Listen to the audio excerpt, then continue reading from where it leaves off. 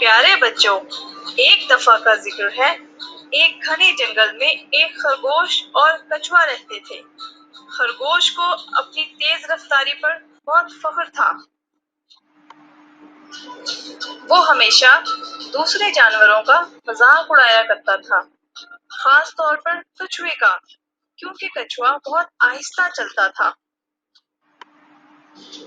جب کچھوے نے دیکھا کہ خرگوش روز بروز مغرور ہوتا جا رہا ہے، تو اس نے خرگوش کو ریس لگانے کی پیشکش کی۔ خرگوش نے اس پیشکش کو قبول کر لیا۔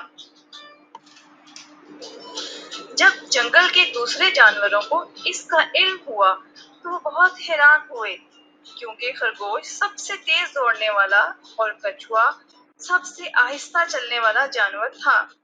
یہی وجہ تھی کہ یہ مقابلہ سب جانوروں کی توجہ کا مرکز بن گیا۔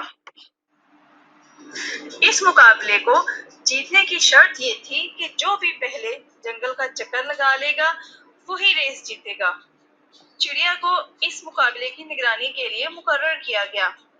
دوڑ شروع ہوتے ہی خرگوش تیز دوڑنے کی وجہ سے بہت آگے نکل گیا اور کچھوے نے چند قدم کا فاصلہ ہی طے کیا تھا۔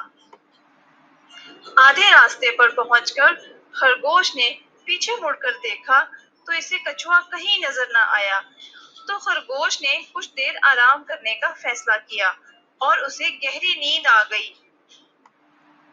دوسری طرف کچھوا آہستہ آہستہ چلتا رہا اور اس نے ہمت نہیں ہاری اور خرگوش کے پاس سے گزر گیا۔ کافی دیر گزرنے کے بعد جب خرگوش کی آنکھ کھلی تو اسے کچھوا دور دور تک نظر نہیں آیا۔ اس نے سوچا کچھوا ابھی پیچھے ہی ہوگا اور وہ تیزی سے بھاگنے لگا۔ طے شدہ مقام پر پہنچ کر اس نے دیکھا کہ کچھوا پہلے سے وہاں موجود ہے۔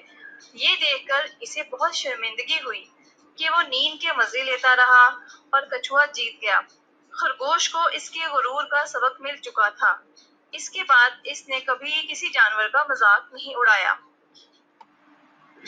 اس کہانی سے ہمیں سبق ملتا ہے کہ ہمیں کبھی بھی اپنے اوپر غرور نہیں کرنا چاہیے اور کسی کو اپنے سے کمتر نہیں سمجھنا چاہیے۔